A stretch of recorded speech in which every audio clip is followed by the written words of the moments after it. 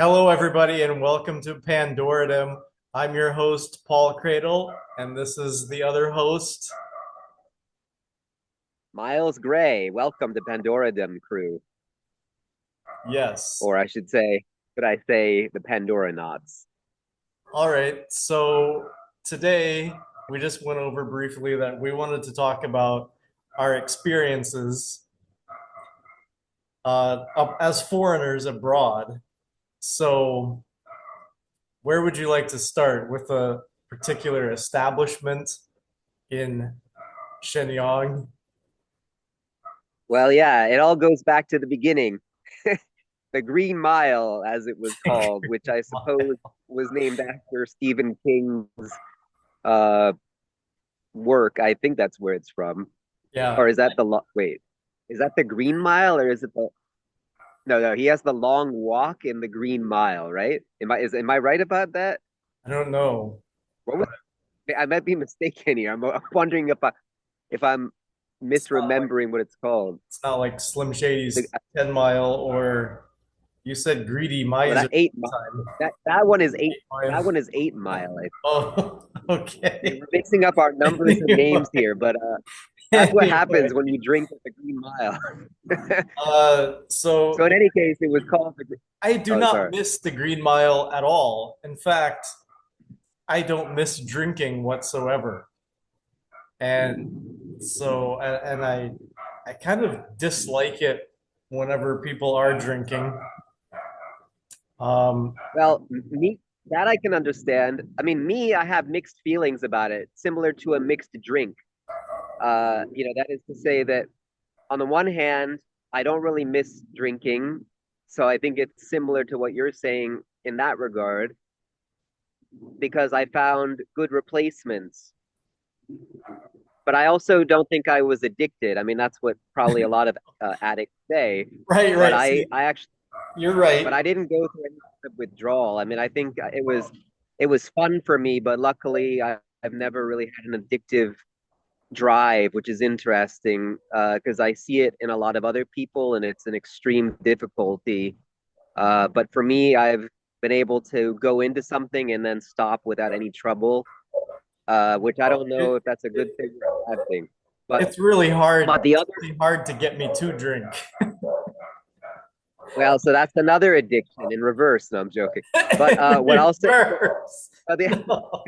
but so what I wanted to say though, the other part of it is that on the one hand, I don't really miss it, but then there are moments where it's not that I miss it exactly, but that I fondly remember some of its seeming helping qualities. I think I mentioned in the past in one of our videos about, oh yeah, we did talk about Carlos Castaneda or Carlos Castaneda, the writer. And even if it's, hoaxish, uh, he talks about in the book with Don Juan and the other characters, he mentions specifically the little smoke, which refers to a particular substance that begins with a P. I think I Um, saw a meteor behind you a few seconds ago. it's possible, That's weird. or it may have been a rocket. Oh no. Oh man. Have you had any incidents with rockets recently? Yeah, one landed in front of our house the other day.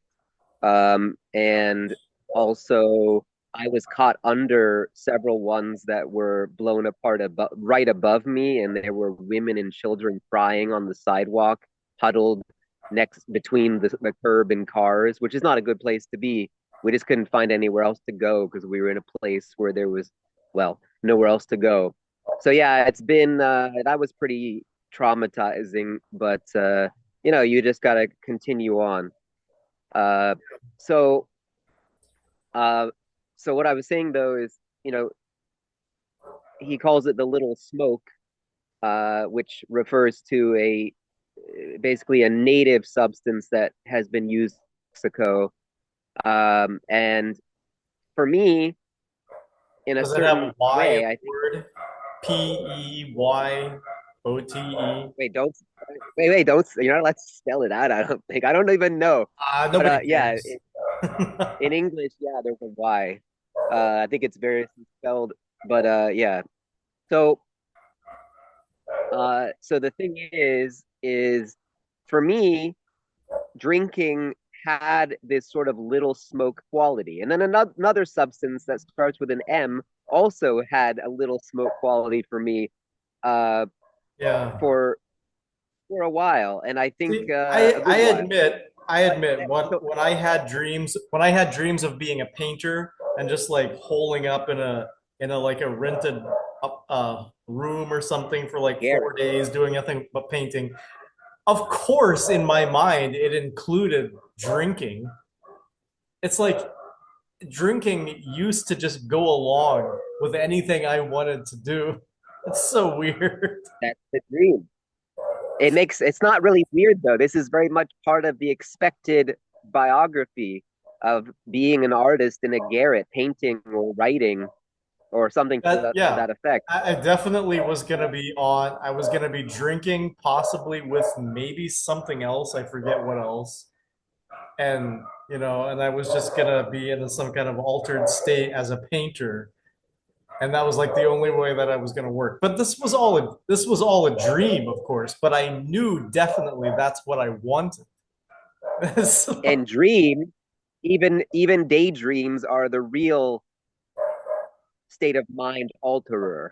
I just finished talking with a good friend of mine right now about these crazy sort of dream vision type dreams she's been having because of partly because of a medication that she's been on, and it's quite incredible, especially because I was relating it. On the one hand, I really do sympathize and empathize because it's her own personal struggle, but on the other hand, it relates so closely to one of the manuscripts that I'm working on to publish, Shmi Luv, or My Name is Libya, where the whole story, around basically the real scape, uh, the real scape uh, plottage, we'll say, it's around all of these dream visions that the protagonist has,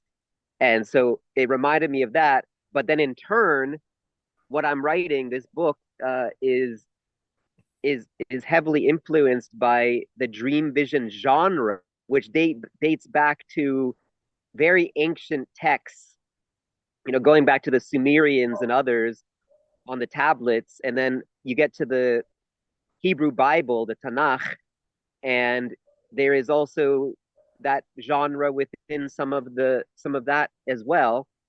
And then you get to uh, ancient Greek classical texts, and maybe in Roman, I believe there's some Latin ones too. And then you get most notably to the medieval period in Europe, where they brought the dream vision genre to its apex, where you had things like the Vision of Tundale, or the Book of Tundale, I think it is, and Dante's Inferno, or uh, in Dante's, oh, the Divine Comedy. Yeah, that's the full book, and then the Inferno part of it. Um, Shabbat shalom. Shabbat Shalom. מה קורה? בסדר. יופי. יא, טיול. הולך לטייל עכשיו לפארק. כן, זה יפה. שלום כלב. איך קוראים לו? לוקאס, לוקאס. לוקאס, כן. שם טוב. יופי. שם של זמר. נכון, כן. צודק. יפה. Okay. Terribly sorry about that, לא, לא, אתם Paul. מפתיע אותך. בסדר. אל תפתיע. טוב, טוב. שבת ביי שלום לכם. So in essence, what was I saying?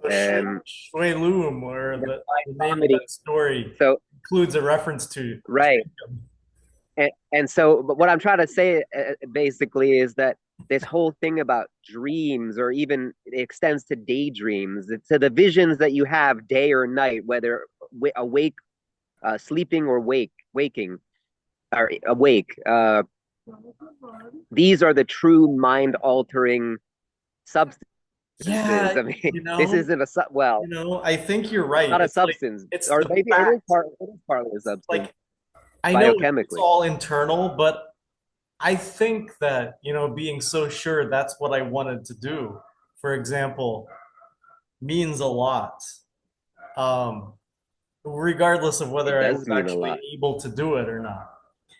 Um, which reminds me, by the way, I'm for supposedly for, well, it really is for my daughter's Christmas present, although we'll have it before Christmas, an electronics kit. So I'll play around. See, the thing is that we'll be able to like play around with switches and LEDs and stuff, so I can teach her stuff. But that's something that I've always wanted to play around with for the longest time. So, and then see, my hope is that you better just do whatever little things that you want to do to kind of clear out of the way. Um, Absolutely. I'm not saying you have to do something before what you really want to do.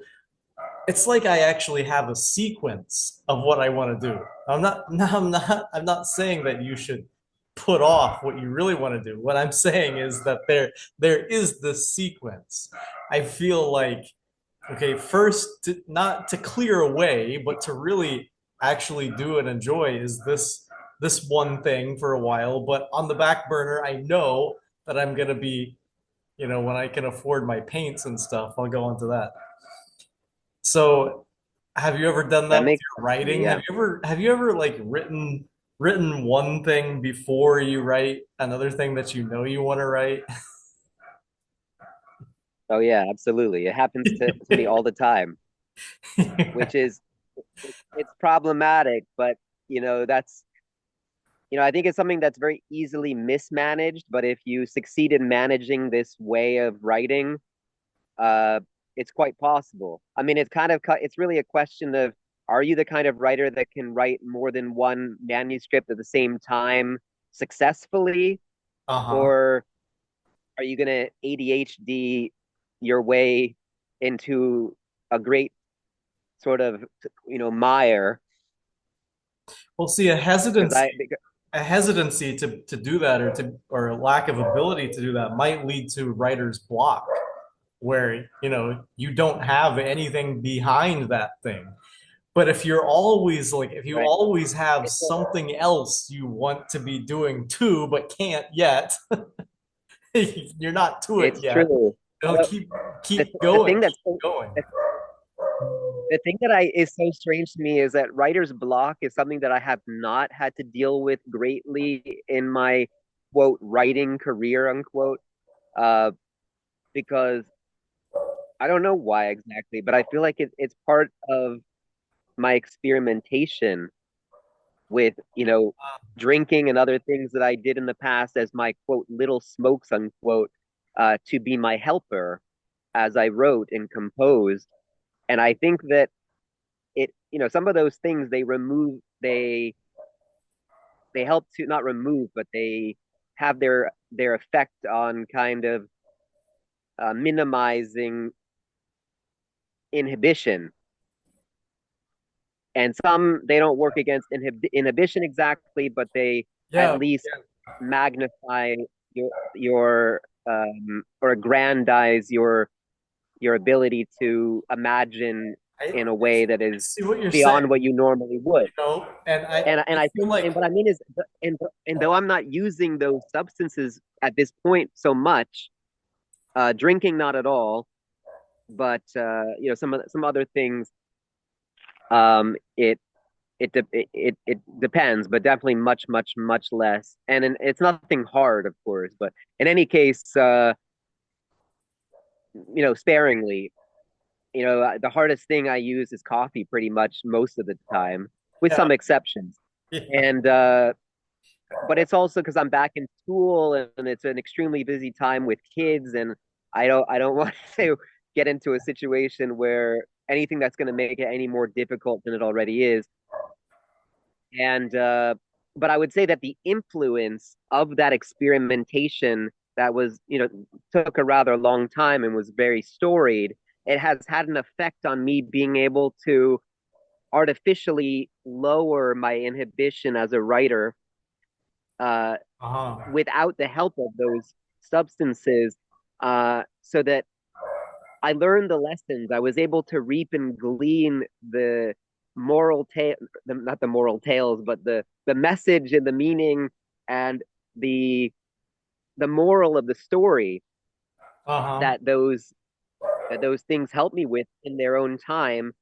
And now, even without them, staring at a blank page, I don't really get writer's block because it's really like, is it that I'm really writer's blocked, or is it in fact that inhibition is stopping me from writing the thing that I really want to write right now? Because I'm thinking, oh, it's not appropriate, or this isn't in line with what I feel like I want to write. In a way, it's like, what is writer's block? Just write something, anything. Just Yeah, write scribbles on the page. just crossed my mind. I think maybe writer's block is often nothing more than a fear of not knowing what to write. It's not that you don't really know what to write, it's that you're just I think scared that's of not knowing what to I write. So it freezes you. I think that's I So, think that's part of it. But I also think it's a matter of inhibition. I think that it has a um, lot to do with people having a preconceived notion about what they want to write, and it's yeah. so formed in their mind that to start it out in a way that doesn't seem connected at all to what you want to create is like a tremendous uh heathenism. They don't want to risk it, and that's part Yeah. of the issue, that you have to Well, risk it. see, And really, and in I many know what you're ways, saying. it doesn't even matter. The most connected beginning of a text is probably going to seem disconnected when you begin, in any case. Well, see, I think when you get into the mode or you get used to just playing around, I think that just helps you play around with more things in general. So like I'm kind of hoping that I'll kind of have my need for play satiated, but then at the same time just get used to playing. Like satiate the need to play for one kind of thing, like play around with circuits for a while, which is actually very technical. I mean, I guess you shouldn't really be able to play around very much, but if you fiddle around enough, you actually can just play with it, kind of like an art. Oh yeah. starting off with electronic circuits that you just build yourself, with the parts. Well, So, it reminds me, actually. Sorry to interrupt, but it reminds me of I can't remember what it is. If it's a book, I think it's a book that I had as a youth, where it talked about all of these composers who used really unusual musical instruments that they often invented by themselves. So you have things like the daxophone, if you've ever heard of that, which is these mhm. crazy wooden shapes that you basically bow with a violin bow or something that's similar to one, and it makes all these really Yeah. wacky sounds. And yet it's very musical. It's just, you've never heard anything like a daxophone. You should check it out. It's interesting. Yeah. DAX, Okay. daxophone. And then there are all these other instruments that are really bizarre and unusual were used in I these think people's that's it. I think that's it. Henry Part Miles. prepared, It's like but Don just Cage. But hold on, but let me say, so one of the composers though was this guy who specifically used dying electronics that he found, and so he would oh, fiddle that's it. around with Right, right. the little literally the dying electronics, as these were very Yeah. old vintage machines, junk, and he would Right. just fiddled around with the wires to, and often they had audio output. So it might be like a Yeah. doll, an alarm clock, whatever. And he would just fiddle with the wires and it would go like, and he just Yeah. and he put this into a composition, and it came out as a Right. masterpiece or Yeah. masterpieces. See, that's the So it thing. reminds me of It's that. So like, it is an art. It is an art, no doubt, well, I mean, or it can be you made could into one. approach it as a very stifling technical field, or you could just mess Yeah, around with stuff until you fiddle with audio output and stuff like that. Um, you're on first you start with blinking LEDs and then you're onto a shortwave transmitter or something. But see, it's in that light, like following in that is just more artistic plans, for right. painting, maybe some writing. Um, but for some reason, for me, Uh, I think maybe there's something in me that craves something kind of really nerdy and technical to get started. Like yeah, I can understand that. that has to be satiated, because it can't, that's We the both thing, have it that can't really tire. analyst mark, the What? mark of the analyst. I said we both have the mark of the analyst. An analyst, yeah. So it could be Mark of very the analyst. technically described, even though I'm just wanting to play with stuff. And it involves a lot of numbers, and you can calculate a lot if you want. But for me though, a lot of it is the visualization. I want to be able, when I'm tinkering with stuff, I want to develop an intuition to where the current is flowing.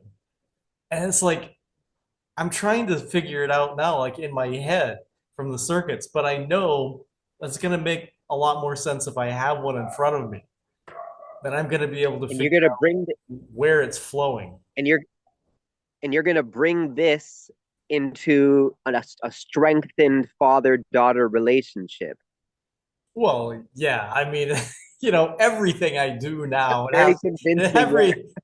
Yeah. No, but but see, that's what gives me the excuse now to do anything, whereas before it was, so I can, in any case, think of what you'll leave your daughter. this is for the dad and daughter to Excellent play memory, that around is. on the kitchen table at Christmas time, press the button, light the LED, do a different configuration, don't press the button that's on, press the button that's off, just little things like that that a 4 Yeah, year old could maybe get. So, absolutely. It makes me um, think of Hanukkah presents that I'm a, I mean, it's not primarily about presents actually. It's sort of a latter day matter, but but uh interesting things that you can say, important advice that you can give, the light that you can bring to your children on these holy days. So I definitely hear what you're saying, especially electronics. They often bring light, so it kind of connects.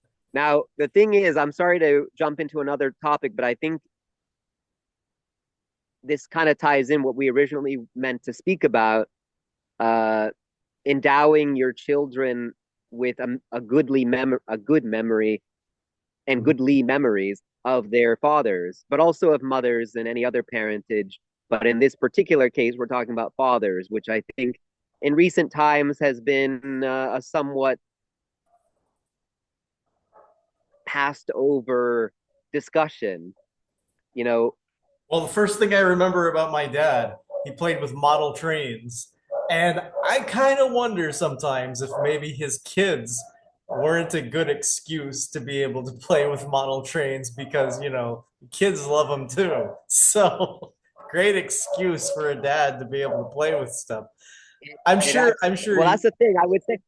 I think excuses and the things that you really want to do, or rather, or sorry, excuses and the things that actually are good for someone else and are altruistic, especially for your kids, uh, they often coincide, and it's not so terrible exactly. a thing. Like It's not so terrible a thing. if you want to see it as an excuse for you also to play as a man, there's nothing If wrong it with makes you that. feel better, Actually, yeah, if it helps you to have an excuse, fine. But actually, you don't it's need that better. as an It's better excuse. than not doing it at all. even if someone might question its morality. But I don't think that it's even really morally questionable. It seems to me to No, be pretty high, if you, it's a like if high you art. feel better, if you feel better thinking of it as an excuse, fine, but you don't need to. Yeah, I'm just thinking about it in the sense of in Judaism specifically, there's this whole thing about like, okay, it's okay to do a mitzvah or a good deed or according to the commandments. It's okay to do it in the beginning as a novice, just because you're thinking about it in terms of reward, divine reward of some kind. But as you get to a more advanced stage, you Yeah, you you it's no longer about the reward, and you're doing it not because of the reward, but because of the service that you're rendering. right. And it's basically a shift from the self-centered to the divine centered. That it's no longer about you serving yourself, but about serving the divine. And I'm Yeah. not saying that I necessarily believe in this. I kind of do, but I kind of don't. But I mostly do. I do with certain modifications. Uh, Yeah, but wouldn't you and also be fulfilled as you're serving the divine, though? I mean, how what would be the difference? well, that's the whole thing because while that's basically what you would think, and it's very logical to think so, there is this religious concept that you can actually get to the point where when you're serving the divine, or you believe you are, or it seems that you are in some way, it would seem somehow that that's always going to be self-serving on some level. But the idea is that it's actually possible to surpass and to overcome the part where you're serving yourself, and it now becomes only about serving the divine. Now, this is it's an arcane idea. I don't know. I don't think it's necessarily even possible if you believe in the human being as a mostly psychological entity. Is there such a thing as true, un, you know, absolutely pure, unadulterated altruism that you're only doing it to serve someone or something else? I think that popularly people think so, but psychologically, I don't know if it's Yeah, actually truly possible to completely divorce yourself from your own self-interest. well, But because don't you that's an argument for exist? another Well, show. because don't you exist, So, though? See, I mean, well, I mean, it comes back to Descartes so and many others.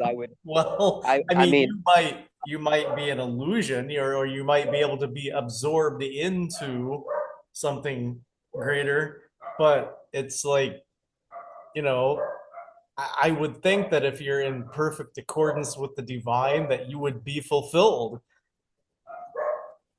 right. The only issue is Why would that that include your so suffering much of or your denial? the only problem is that so much of what man takes to be the divine is really just a reflection of himself. And that's the main issue because you and many others within your cult, no, Well, you see, the thing is, it's kind of like within your it congregation. takes one to know one deal. Where how could you recognize it if you didn't have But some? I don't know if it's recognizable to a person. I mean, I don't even know, like, even if we had it, would we know it? Because I think it's popular among many people today, kind of with a humanistic bent, but they still appreciate religion. They say, well, all religions have a piece of this. And then there are others who say, no, it's only my religion that has The meeting is the full picture. this is really deep, but the meeting is almost over. I think we should continue this. This is good. Well, we absolutely got to continue this, but then the thing is, we never quite got to the part about being expats abroad. Oh, we will. Although this is all a reflection of that, See, we'll these get to thoughts. that. We'll get to that, but other things come first, on the Yeah, way. And yeah, you're right. I they're actually part of it, you know. I don't think absolutely, but well, see, that's the thing. This is the thing, Paul. I believe.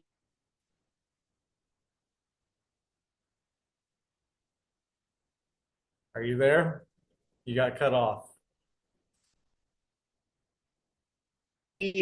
That much of what we're saying right now, though we could absolutely have talked about these matters back home where we were born, we're able now, in a specific way, because of our experiences as expats abroad. We probably never would have been in these terms had we not have to go because I'm being called. So let us reconnect. Okay, bye bye. I have to go. I'm terribly sorry. But all right. can you save this to Yeah. can you save this Yes, I'll save it. on YouTube? All Hey, like right. and subscribe. Like and subscribe.